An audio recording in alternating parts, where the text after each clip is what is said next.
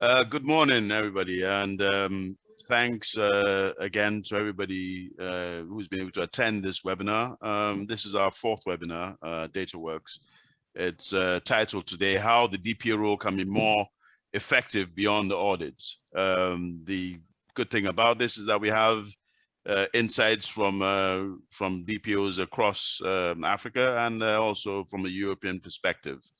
What we've done this time, quite uniquely, is we've been able to get a number of contributors on. As you can see from the next screen, we've got the kind presence of NIDDA, who are involved with us as well, Data Privacy Manager, SPA, Ajibade & Co., and of course our humble selves, Dataworks.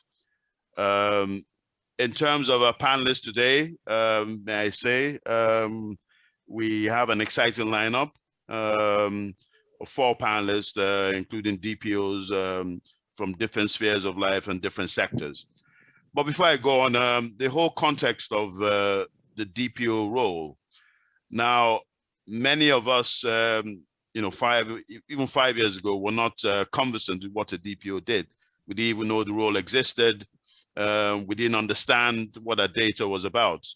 The onset of Gdpr, of course, brought the DPO into the spotlight. Closer to home in Africa, predominantly, people still ask to this day or this minute. I was even asked last week, what do you think a DPO should do? To which I said, I'm not a DPO. I don't know.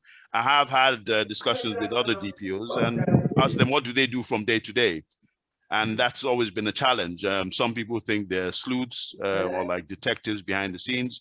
Others think they have only the CEO's ear and can pass on different messages. Others think, it should be one of those where, quote unquote, they're like an emperor with lots of cloths and lots of layers.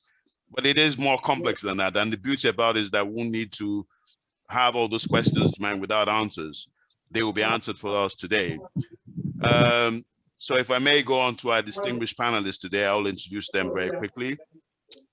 We have Olufemi Daniel, who is the current vice chair of PRIDA, which is the Policy and Regulation Initiative for Digital Africa. He is the incumbent NDPR desk officer at the National Information Technology Development Agency in Nigeria, where he leads the regulation, monitoring, and compliance function. As a certified data protection lawyer, Femi has also authored an introduction to computer law in Nigeria, as well as 3 other well-received books. He's expanded the knowledge base in the IT sector through numerous publications, essays, and speeches. He's also a humble founder of techlaw.ng, for those who care to defer to that. I also have Florence Mwabweze, who is a senior compliance and counsel and data protection officer at Seplat Petroleum Development Company, an indigenous Nigerian exploration company, and the production company listed on the Nigerian and London Stock Exchange. She established and monitors a highly collaborative compliance universe, and deploys initiatives to ensure compliance with regulations, including GDPR and NDPR. She's also a lawyer, dare I say as well. So for those who are wondering why we have a lot of lawyers, the best is yet to come. I also have on our distinguished list of panelists, John Oyido. John is a partner at SPA Ajibade & Co., where he heads up the data protection and privacy practice, intellectual property and technological department. He holds a law degree, and to his humble credit, as he doesn't like to talk so much, he also has a triple postgraduate degrees, including an LLM in intellectual property law from the Benjamin Cardozo School of Law in New York. He also provides significant advisory services on privacy and data protection matters to the world's leading technology companies, and sits currently on board the Corporate Lawyer magazine based in the UK. So welcome, John. Good morning. I also have present within our panelists, Davo Namjesnik. Davo is the current incumbent DPO of Sberbank, a position he has held for over 4 years. He has also been integral to implementing GDPR within the financial institutions, major financial institutions as we had in Europe. He's also participated in the implementation of the National Loan Register, which under his watch involved all relevant financial institutions in Russia. prior to joining Sberbank, he worked as an information security auditor. I am by name Joe Dede, and for this session, I'm your moderator. I'm currently a partner with Dataworks Analytics, and have had in my journey within ID services as well as data protection. So I'd like to welcome you all on our panelists to this session. Thank you, Joe. Thank you very much. Good morning to everyone. Now, in terms of context and all that, I would like to open the session by asking Femi a simple question to start the session. How do you see the role of the data protection officer at this point in time? Well, that is good morning, everyone, and thanks so much for having me on this very important panel. Yes, the DPO is actually that role is central to implementation of data protection across the world. That always, since the Gdpr came on board, the issue of who the DPO is supposed to be the gatekeeper, supposed to be the compliance executive, and it's supposed to actually be someone that has a very independent approach to resolving issues. If we may, I will move on, albeit briefly, to Florence. What would you say in your capacity as a DPO for your company at this point in time? What would you say were the next steps you took after the audit on the journey towards compliance? Thank you very much, Joe. And let me just start by saying thank you, appreciating the organizers for providing this platform to share my journey and experience as a data protection officer. In terms of the next steps for us in approaching the audit and implementing the audit's recommendation, our approach was simple. So our approach to managing the risk that we identified during the audit process was thoroughly influenced by my organization's ethos, and the ethos is zero tolerance to non-compliance. Now, in the course of the audit, we had identified the specific functional and business areas that had the highest risk exposures. And they are quite, if you think about it in terms of HR for employee data, the supply chain aspect of it, or procurement, as some other companies will have for vendor data, finances, different kind of things, including surveillance systems and IT. And so we had those departments that had the high exposure to data privacy, and we then went to, after identifying them, we conducted a data impact assessment on the projects and the processes in these specific areas, and also then went ahead to extensively engage with all the process owners. As soon as we identified the gaps, our focus was on the best way that we could plug the gaps and nullify the risk. Because, at the end of this entire thing, the important aspect we're looking at is identifying the risk and plugging those risks. And Femi, are you back with us? Yes, I am. I was just concluding my thoughts to say that the DPO has increasingly the DPO is going to be more of someone who is going to be very integral to the business, the business processes. So every new product that needs to be initiated, you need someone from the DPO, the data protection officer, that needs to work with you in the process of product development. You need a DPO to to advise management about strategy implementation. You need a DPO to even consider the risk, the level of breaches going on now, and some of the issues arising with big tech shows that you need a DPO goes beyond just dotting the I's and crossing the T's. You need someone who has a long-term strategy to be able to help the organization. So I see the DPO going in the next 10 years. A lot of DPOs are going to actually be taking roles as CEOs, because by you being a DPO, you would have had a wealth of knowledge in a digitally minded organization to know everything, something about every aspect of the business unit. So, I mean, it's a very, very challenging role and full of opportunities going forward. Thank you. Thank you, Femi. Thanks for that. I think what you have in terms of setting the scene, continuing in this discussion, is that yes, the DPO role is going to be one that is going to have many layers and could even lead to some CEOs maybe feeling slightly on edge, but hopefully it doesn't get to that point. But we'll move on slightly to our next panelist. John, if we could hear from you at this point in time. My question to you is simply this. Has the NDPR really made a difference to the data protection landscape in Nigeria at this point in time? Yeah, good morning once again, Joe. Thanks for inviting my firm to participate, and kudos on putting this wonderful program together. Prior to 2019, I would say that the recognition of privacy rights and data protection was almost non-existent. And so with the introduction of the NDPR that year, there was a dramatic shift in attitude. Prior to that, there were sector-specific laws that applied to particular industries regarding privacy rights, and more importantly, the provision in the Constitution in Section 37 that regulates the right to privacy. But that particular provision, if you look at it, was very cryptic. It is very cryptic, and doesn't really say much.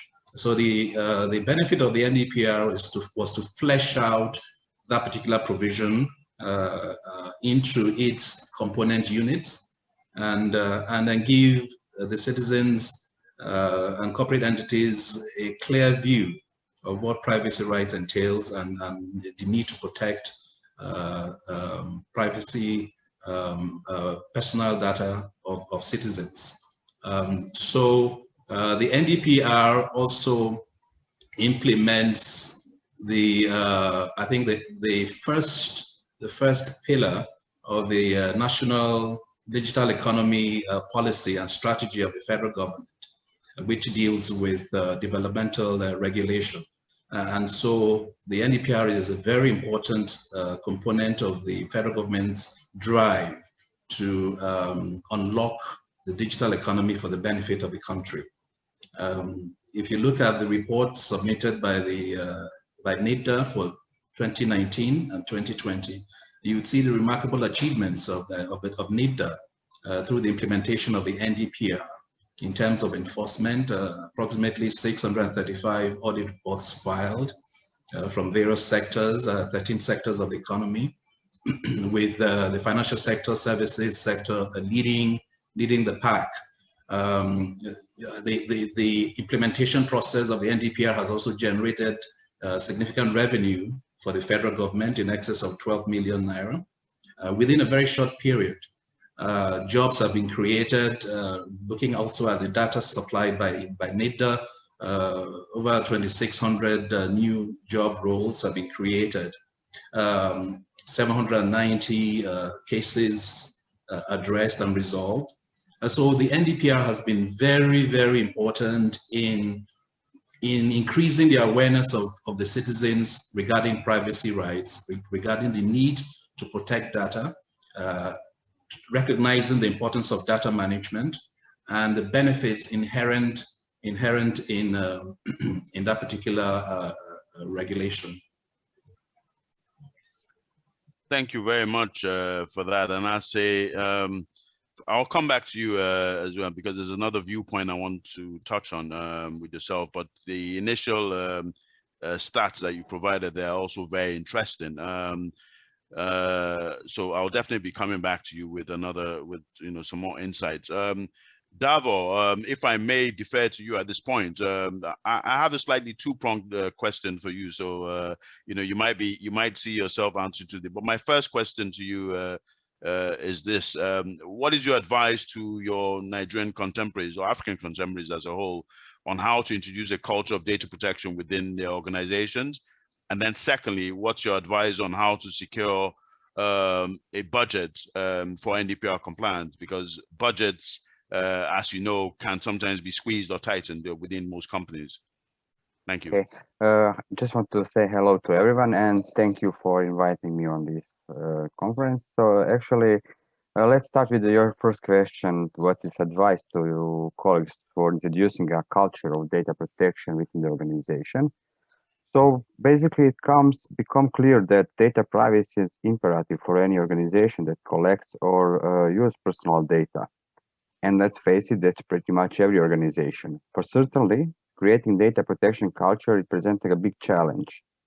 I even can conclude that organizations failed in implementation data protection culture are failed and unable to demonstrate accountability as requested from Gdpr, and that is lawfulness, fairness of transparency, purpose limitation, data minimization, accuracy, storage limitation, integrity and confidentiality of personal data.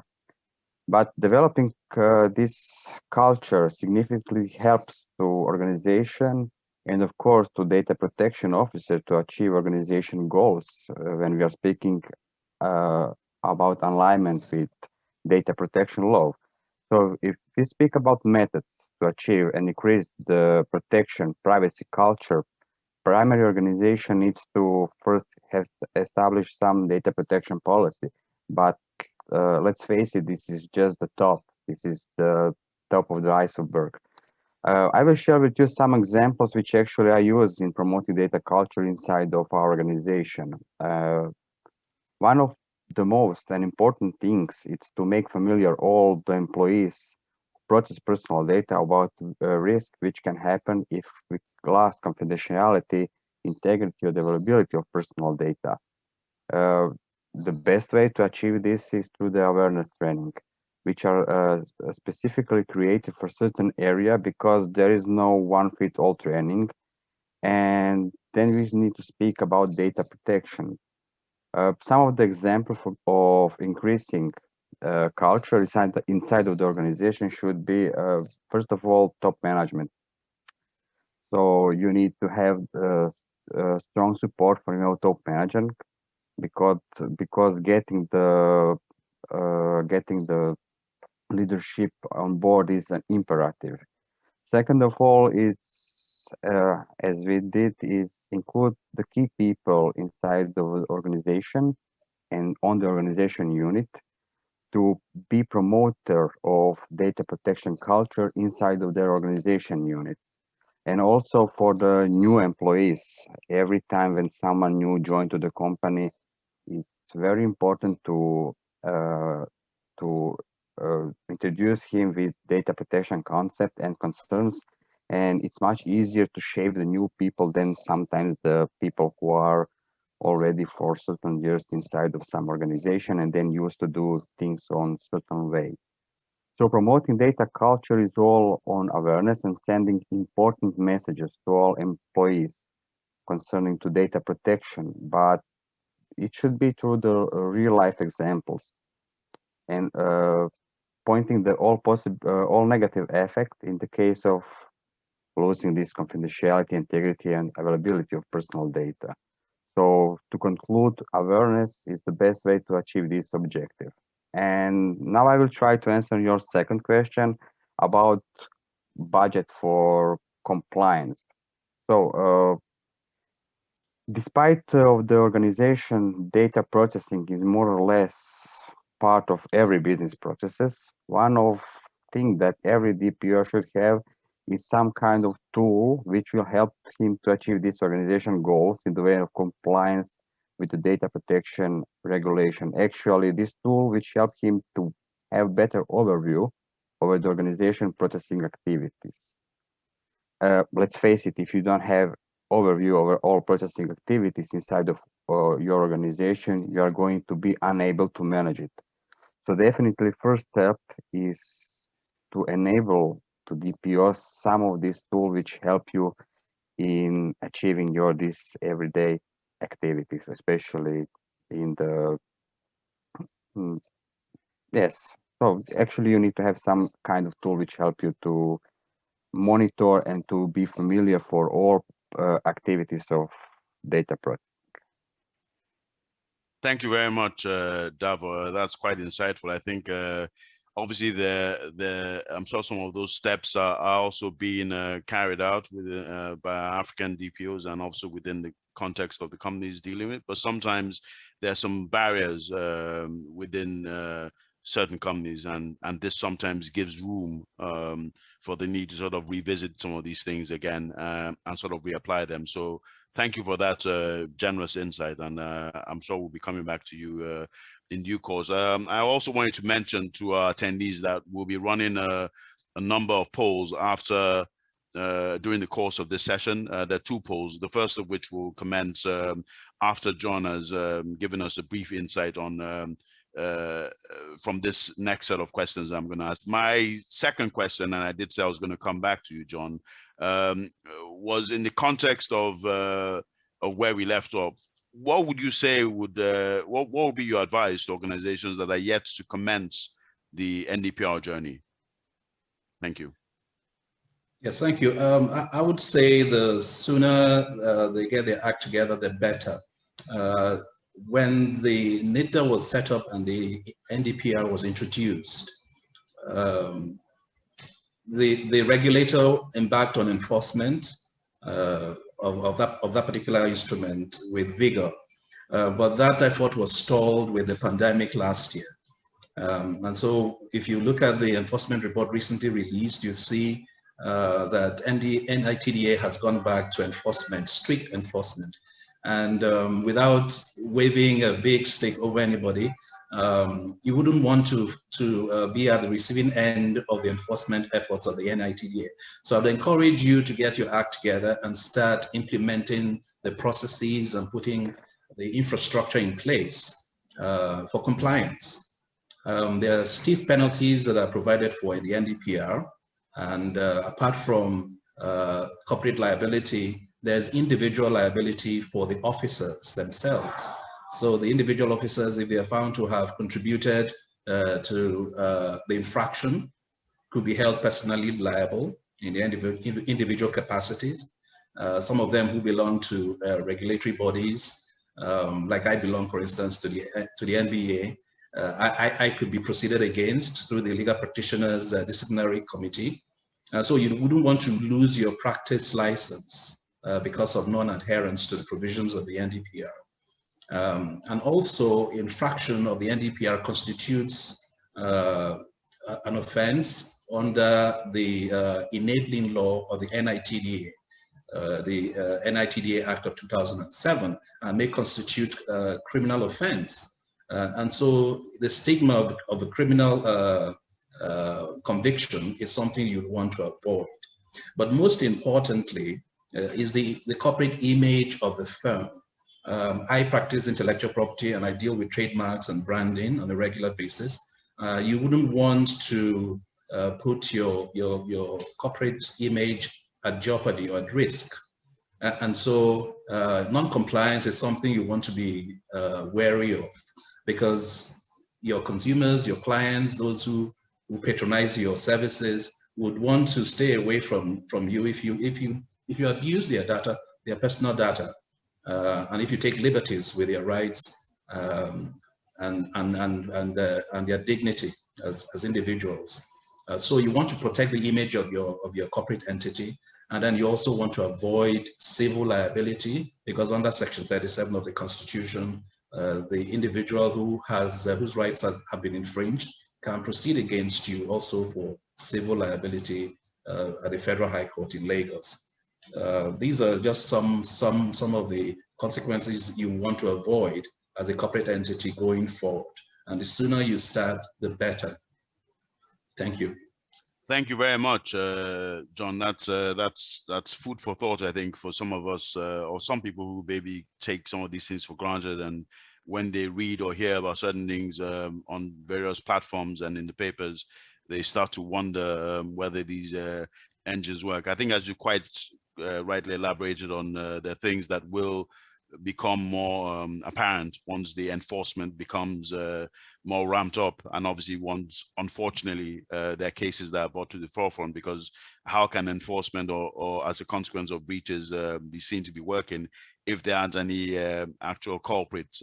Hopefully there won't be too many, but you know, this is one of the things that happened, I guess, obviously with GDPR. So the same may happen in the context of wider things within NDPR and within obviously work that NIDA itself has to carry.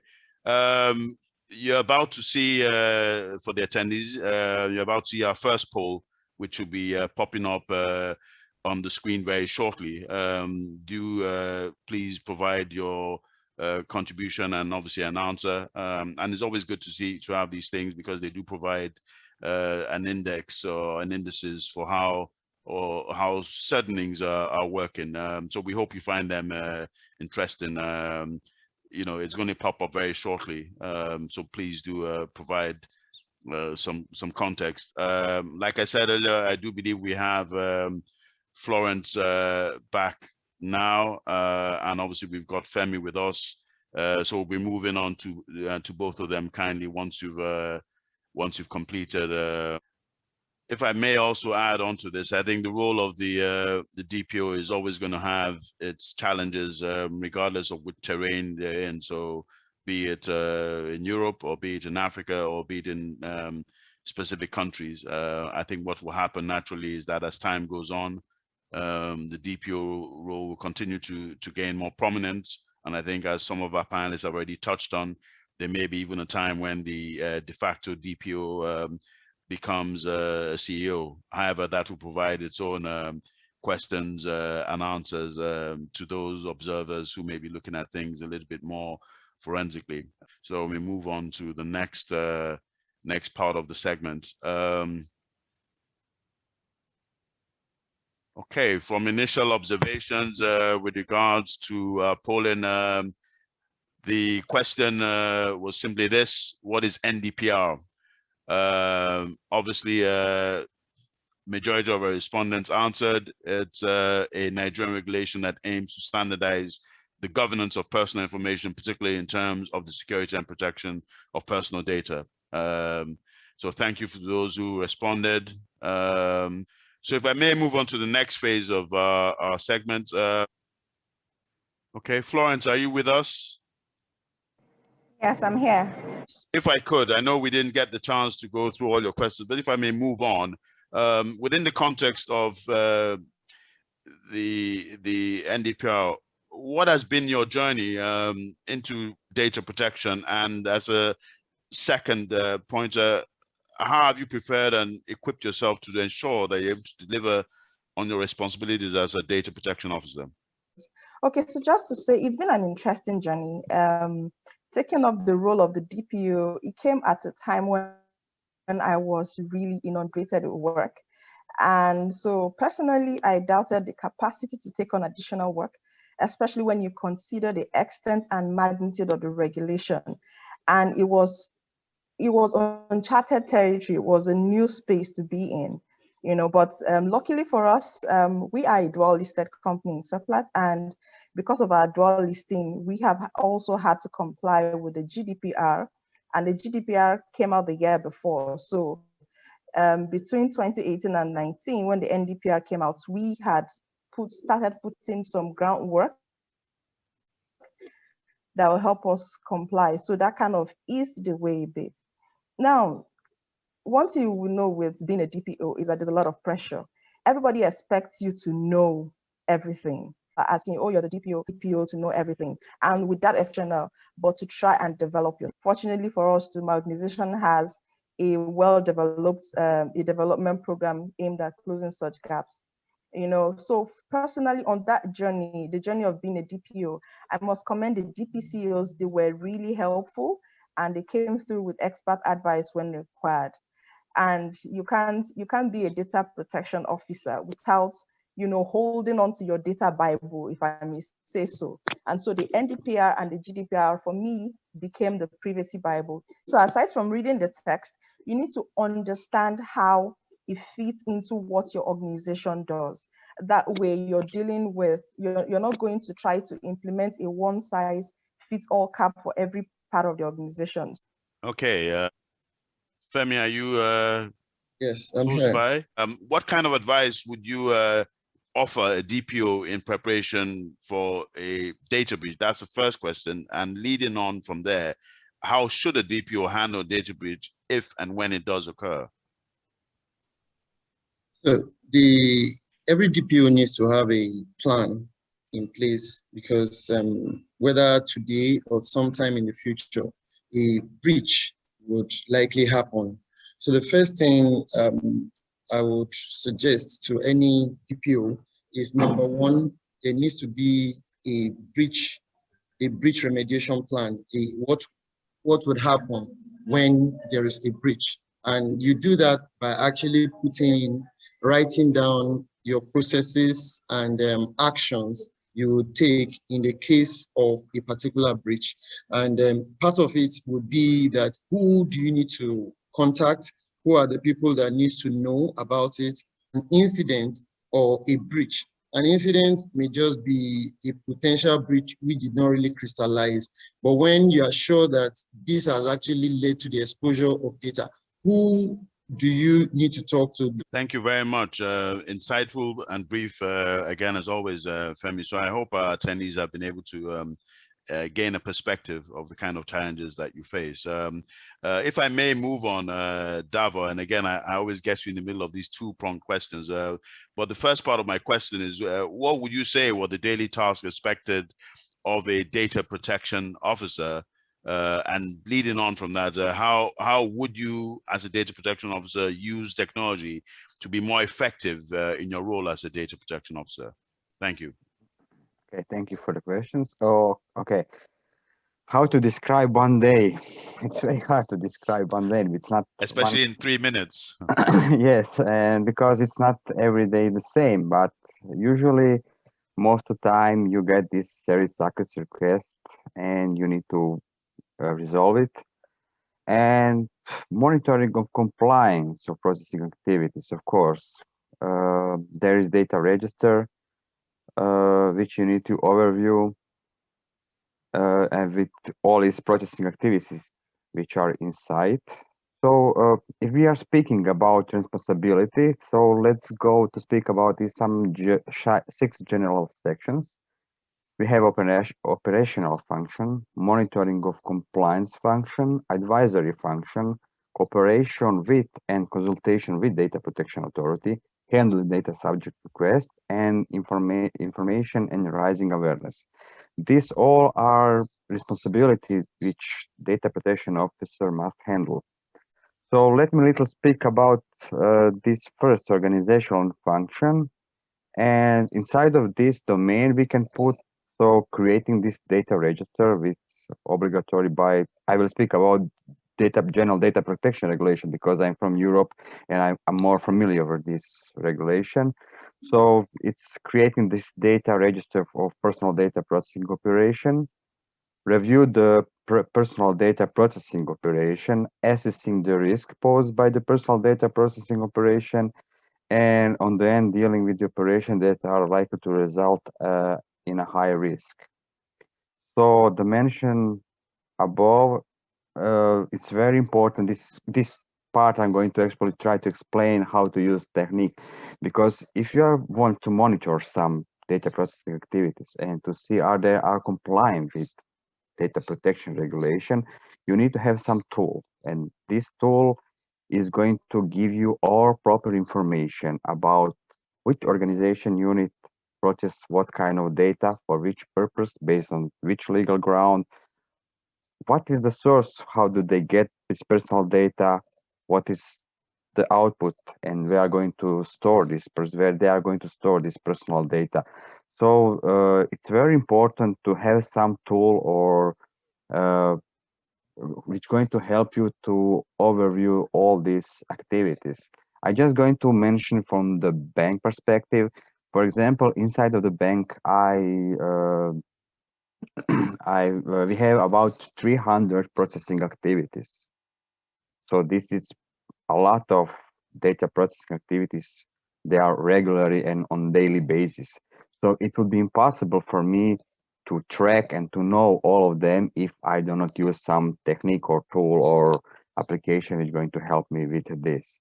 And when you have such a tool, then you are going to be it's going to be much easier to actually review it, to see it, where are the gaps, how you can improve it, and communicate with these stakeholders about all activities which you need to be taken to actually be more data protection compliant. Thank you.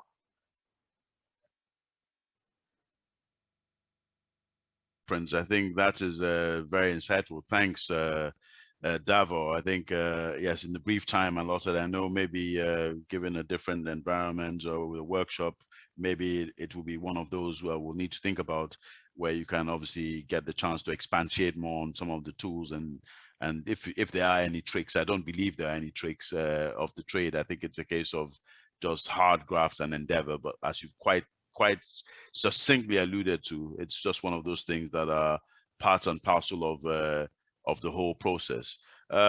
If I may move on before we go into our Q&A session, John, are you there? Yes, I'm here.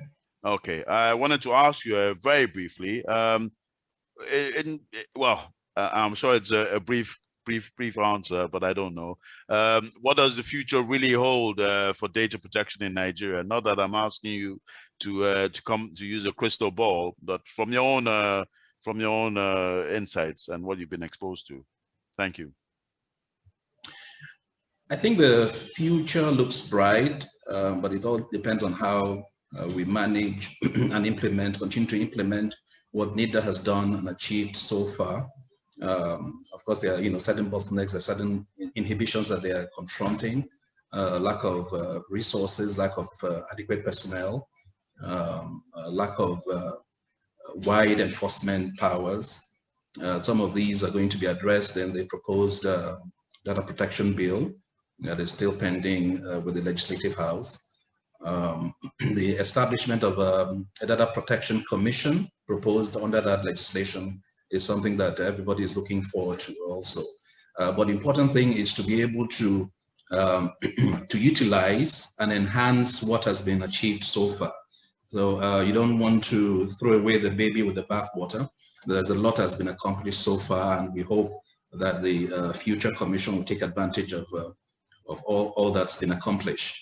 But beyond putting in place mechanisms, frameworks, and regulation of data protection rights and privacy, the most important part of it also is being able to trigger the benefits of data as a tool of value. And that's something that most developing countries are yet to harness. In developing countries, those of you who live there, you, Joe, Ade, and your colleagues, and Davos, you find that the society is planned. It's very planned because of availability of data. I worked in Manhattan for a couple of years, and within that 3.5 years that I worked with the law firm, I already had resources and benefits that I accrued. And that's because of the way through like the social security benefits that are available to US citizens are there for me for just a very brief period of time. When I worked in Nigeria for 10 years in the 90s before I traveled out of the country, those benefits were not there. The pension scheme was just introduced recently. So there's so many things that need to be done. The use of data for the distribution of social benefits, social resources, unlocking the benefits of credit. If people are able to access data properly, and in the banking sector, they can provide credit because they already know your credit history. They know whether you're capable of paying back funds that are lent to you. So, in elections, for instance, in East Africa, I think they've used it in agriculture, they've used it in election voting remotely. So there's so many benefits that are available to us if we can harness it. I was just reading recently, yesterday, Ancestry.com, the genealogical website that deals in DNA, has been acquired by Blackstone. Most of you might not know that. It was acquired in December last year for $4.7 billion. And you'll be wondering what's Blackstone, a finance company, an investment firm, doing with Ancestry.com. And they're telling us, oh, they're not going to deal with your DNA. They're not going to deal with all those things. We're just trying to take advantage of the subscription. 23andMe was acquired. Well, they went into a collaboration with GlaxoSmithKline regarding the data that 23andMe has generated. They have a client subscription of 12 million people. Now, the moral in giving this example is DNA sequencing is something that everybody knows is like the next big thing that's going to happen in biotechnology, in medical sciences, in formulating medical treatment for certain untreatable diseases. And so the pharmaceutical companies are very interested in this DNA data. But if you don't have a framework where there's proper respect for the rights of the citizens to their privacy and data protection, empowering the citizens to take charge of their data, you find there's going to be abuses. But once the framework is put in place, there's security, then the benefits of data utilization can be unlocked. And that is where I believe that Nigeria should be headed. In international relations, in formulating policies for international trade, in creating cooperation between states, there will be a need in the very near future for compliance. If you're not compliant, you're obviously going to deny yourself of foreign investments. So I see a bright future for Nigeria in terms of data protection and privacy, but it depends on how we continue to monitor this sector and take advantage of the resources that are inherent in it. Thanks very much. Thank you very much, John, for that insight. And yes, I guess the extra surprise there is obviously what you mentioned in relation to big private equity firms and hedge fund, obviously acquiring companies that have spent years, decades collecting and collating data. What and how will that data really be used? How will it be protected? And how, most importantly, will a DPO or a company within the context of things handle their interactions with people? I would like to move on to our question and answer session. The question was, in the EU, violators of the GDPR may be fined up to 20 million euros or up to 4% of the annual worldwide turnover of the preceding financial year in case of an enterprise. What is applicable? I beg your pardon. In the case of an enterprise, whichever is greater, what is applicable in Nigeria? I believe, Femi, you may have an answer for this question. The applicable provision in Nigeria is in the annual gross revenue, you can be fined up to 2% of your annual gross revenue of the preceding year. That is the revenue that was declared in country within Nigeria for the preceding year, and up to 20 million naira. Now, whichever one is greater. So the reason, I don't know whether the questioner wants to know the reasoning behind it, but basically we did not extend our the fines to your global earning, because we needed to take baby steps to get to where we're going. So basically the answer is that it's 2% and up to 20 million naira of your revenue. Thank you. We'll have a next. Thank you a lot, Femi, for that answer. And I hope that answered the question for the attendee that provided it. Our next question is from a gentleman, I believe, called Mohammed. His question is this: he's a lawyer with keen interest in data protection and data privacy. I've got 4 lawyers here, so I don't know who's going to answer that. I think, Florence, you might want to answer this.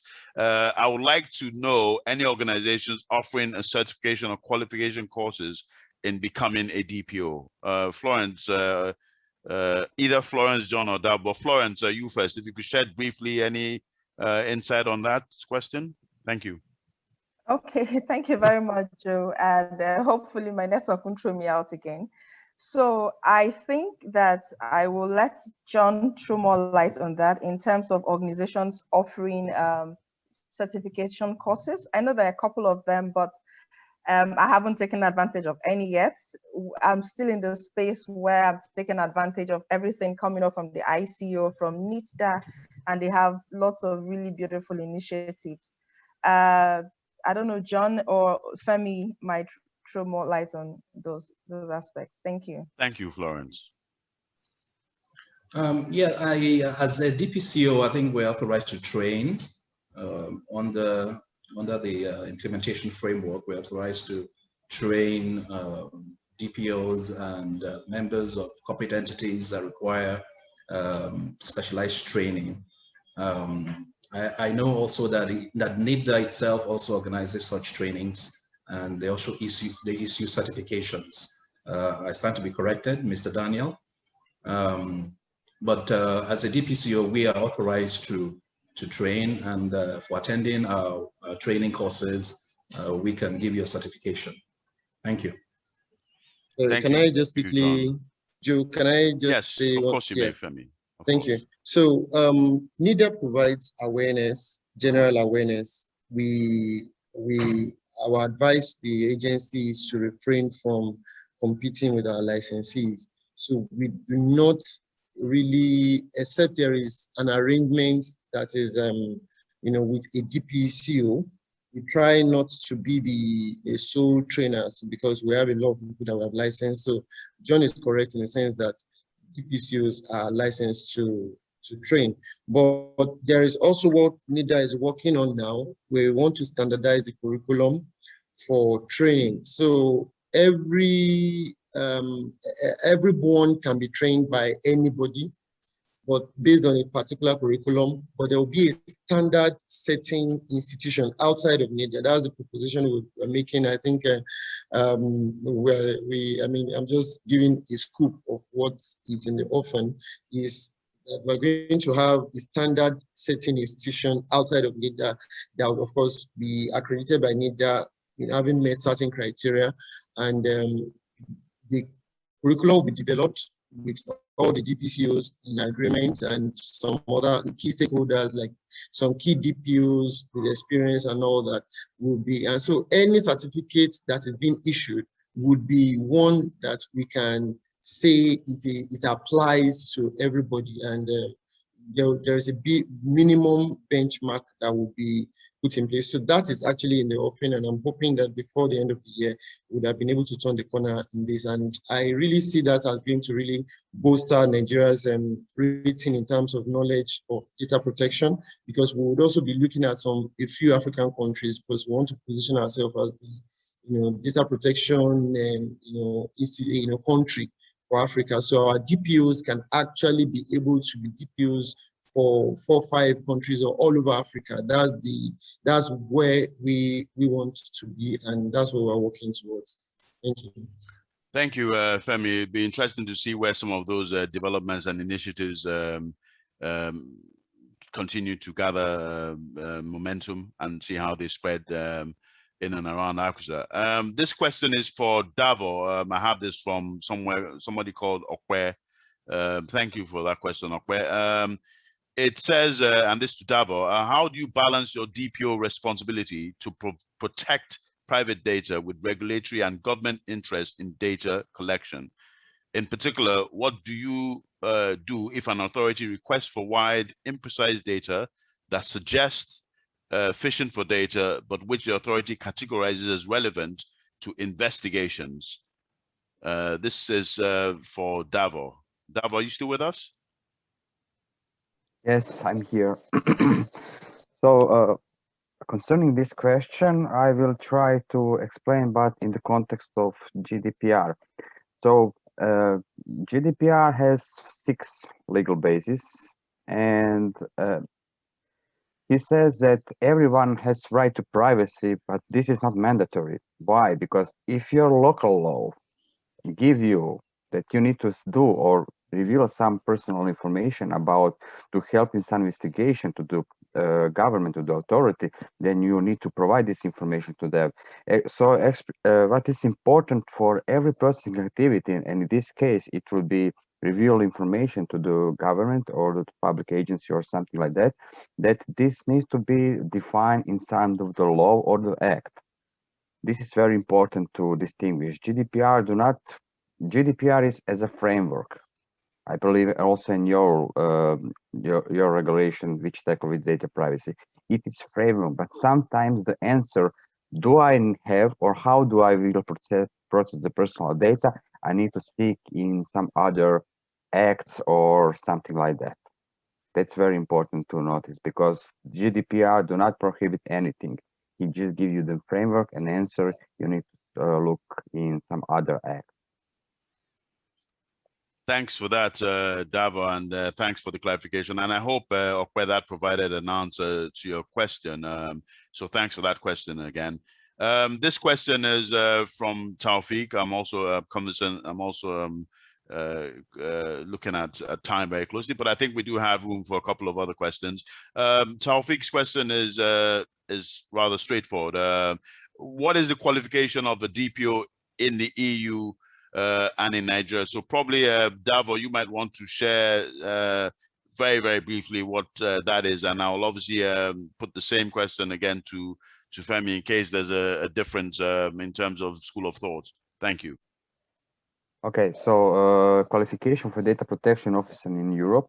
There is no some strict requirement for this, but actually what is seeking for a person who's going to have this role, it is very good to know of national law, very good to know on data protection, be familiar with information, with IT technologies, and to have some audit skills.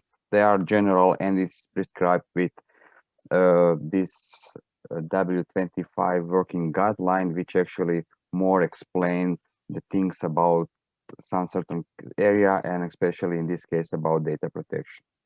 So audit skill, knowing data protection regulation, and be familiar with information technology.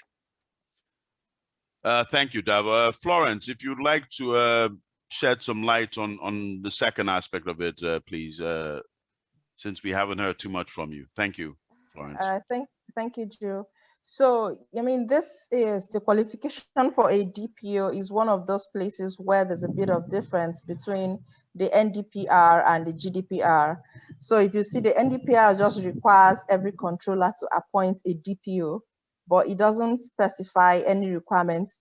It doesn't specify who that person will be, or neither does it contain, a list of what the person will do. But in addition to what Davo has mentioned, under the NDPR, you find that you find that the NDPR then provides specifics on functions or tasks of what the DPO should do, including information and advising, including monitoring compliance, including acting as contact points. So thanks for that, and I hope that answered your question. Just to add to what Davo and please. Florence had, yes, what Davos and Florence had mentioned, there are some hard, well, like Davos mentioned, even if we're going to have an act, I would not advise that we have every detail, in the act, and that's why you have regulations, you have guidance and guidelines and all that.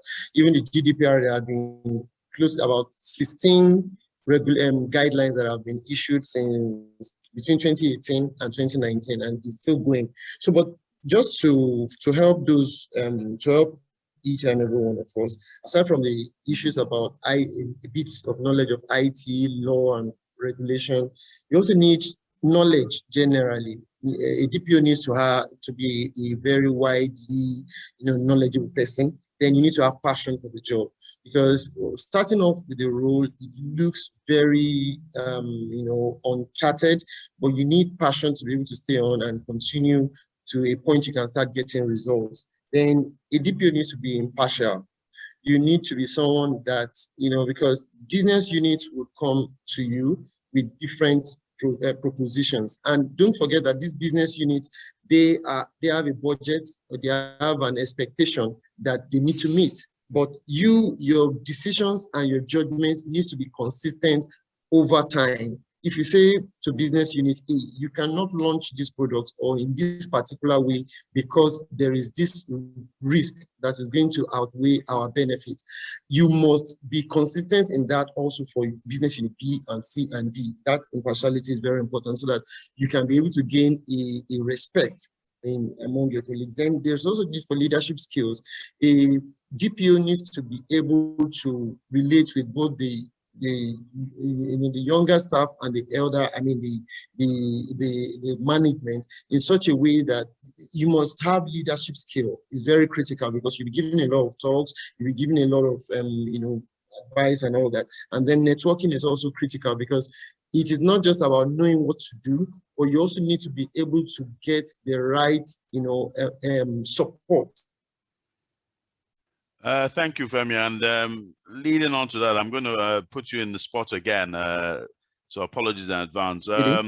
My question to you before I sort of go into final word and a poll and other viewpoints, possibly from Florence, we have her back.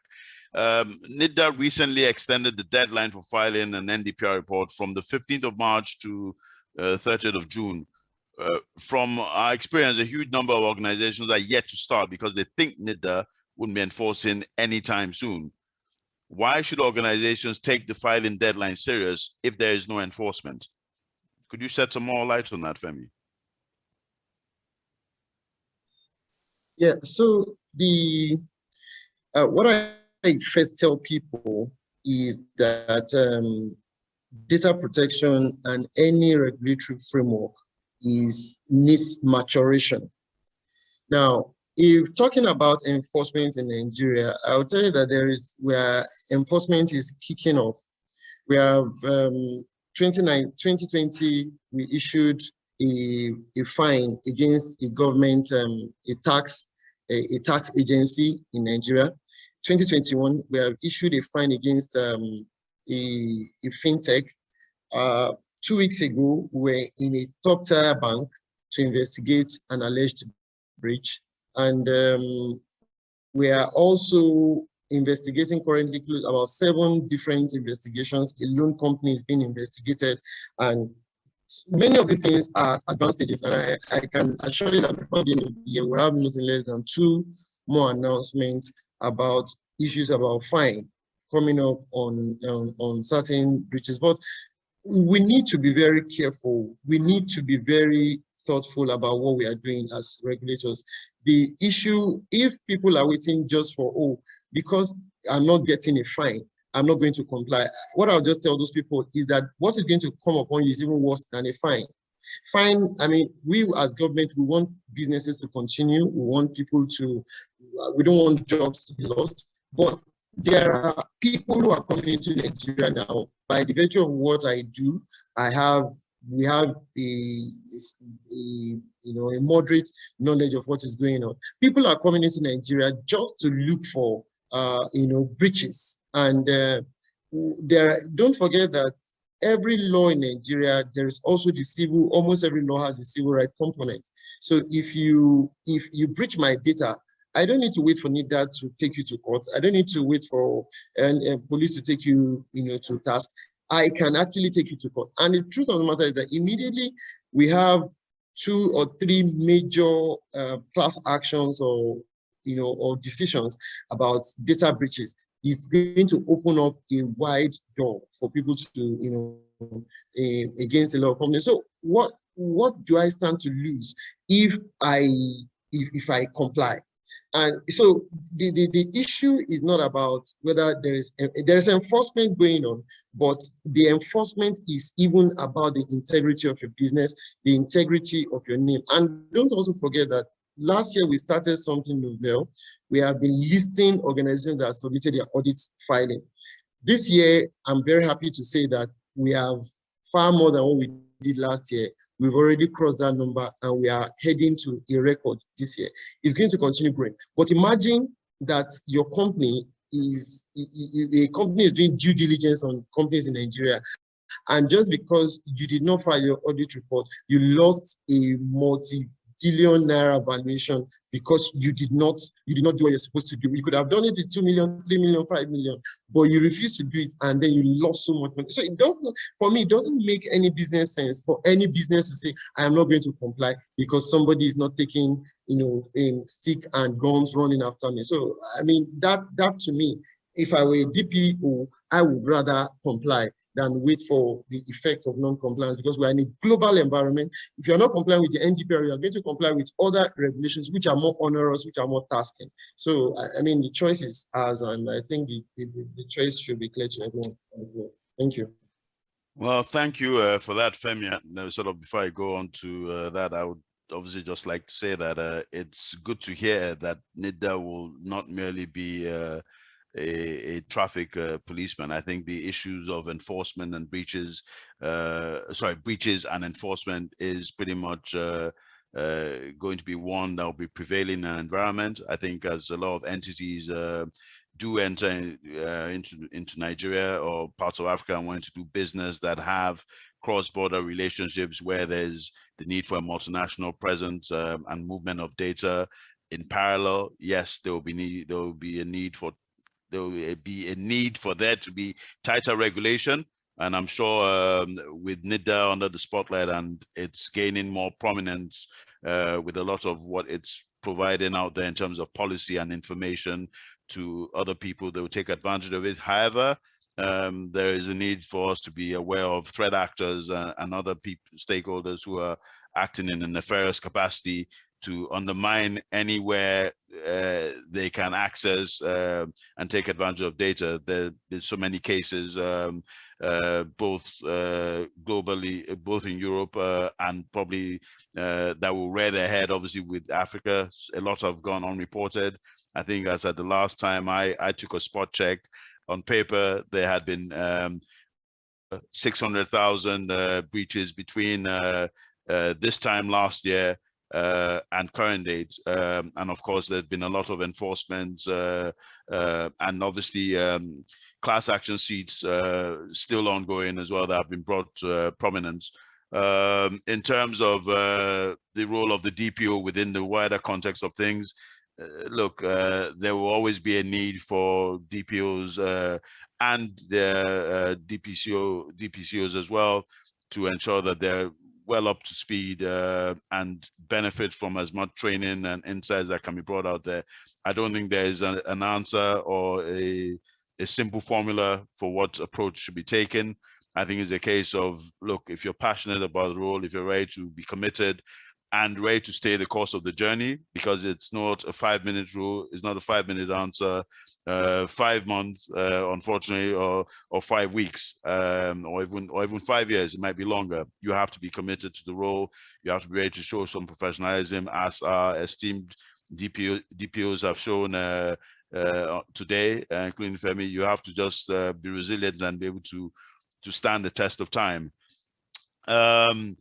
And also that will take one, stand one in good stead, and hopefully the likes of Nigeria that are aspiring to be the center of excellence in terms of all things data protection, and obviously be a pinnacle or bastion of self-excellence, will obviously put themselves at the forefront and be well represented.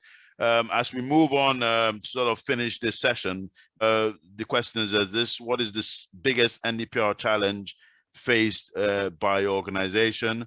I believe that had been started, so apologies if that sort of came through earlier. And then a simple, the third question being, adopting a privacy-centric NDPR compliant approach brings no benefits whatsoever to a company. Again, I think most of you responded false to that. And I think there was a final question in that first poll: as an organization, do you have measures, technical and non-technical, in place to enforce data protection in your organization? A simple yes or no, of which 59% of respondents responded yes, and obviously the latter no. So I'm going to put this off briefly and allow the second poll to be run, and I hope you can see that. Please type in the Q&A box or chat box if you're unable to see the second poll. This is in progress. So let's have your votes in. And while that is being run, if I may add, this series of webinars, and of course this DPO role for which we focus this webinar today, this would not be the only session we'll have where the DPO will be in the spotlight. So to those our panelists who feel they may have gotten off lightly or are relishing the prospect of joining us again on another session, please, we will be running another session, particularly on DPO, for the simple reason that the role is going to evolve. I'm sure by the time we have the next session, albeit maybe not in a week or a month's time, I'm sure there are certain things that may have changed as a consequence of regulation or as a consequence of other factors. There will never be a magic formula for how a DPO should or can perform. But I hope for the benefit of the attendees that they've been able to get some insight as to what a DPO does have to do or what a DPO role most importantly entails. It's important to bear in mind that these things gradually evolve. I think even as recent as 5 years ago, the DPO was happy to be behind the scenes. Fear not, you have come out, your days are numbered, and you have to be sort of outed in a polite way. So you can't hide behind the curtain or behind the CEO. You may be the de facto DPO/CEO in the future. I'm going to share the results. I hope you can see them. The first question in our poll was, what does the acronym DPO stand for? So I'm sure a lot of you would have gained that. So everybody answered that took part answered that very succinctly. Number two, has the organization appointed a DPO? 60% of respondents said no. So that is a concern for those who haven't. And for those who have, 40%, thanks. But it's not just appointing a DPO, is ensuring that they have the right tools, techniques, and the right scope and remit under which to operate. So it's all well and good appointing a DPO, but you have to give them the right tools and techniques and empower them to do their work efficiently and effectively. That applies to whether you're in Europe or in Africa. Number three, which of these challenges do you believe a DPO will face in 2021 in their organization? I'm sure that will obviously move on to 2022 and subsequent years. It's interesting to see that most of the respondents simply replied all of the above, because you have, if I may briefly, you have obviously lack of support from key stakeholders, lack of cooperation, lack of personnel, budgetary constraints, and lack of independence as some of the barriers. So I would say, rightly so, all would apply. And the fourth question, just a simple yes or no answer again: has the organization completed or filed its NDPR report due by the 30th of June? Again, most of the respondents on this particular poll said no. 73% is very high. I would hope others do make an effort to inform their colleagues who are in this position, and obviously companies to take advantage of us. We at Dataworks do provide that service as well, if I may blow our trumpets. So it'd be good to see those people coming on board. And if I may, just before I round up, thanks to all our attendees for attending. And if I may, to Femi, thank you very much for joining us. I'm sure you'll be back in due course. So thanks a lot, Femi, for joining us. Florence, thank you. And so thank you very, very much. And hopefully you join us again on our next session. Please look out for the DPO handbook, which we'll be sharing with everyone. And please visit our site for other takeaways from this session. Stay safe. Thank you very much.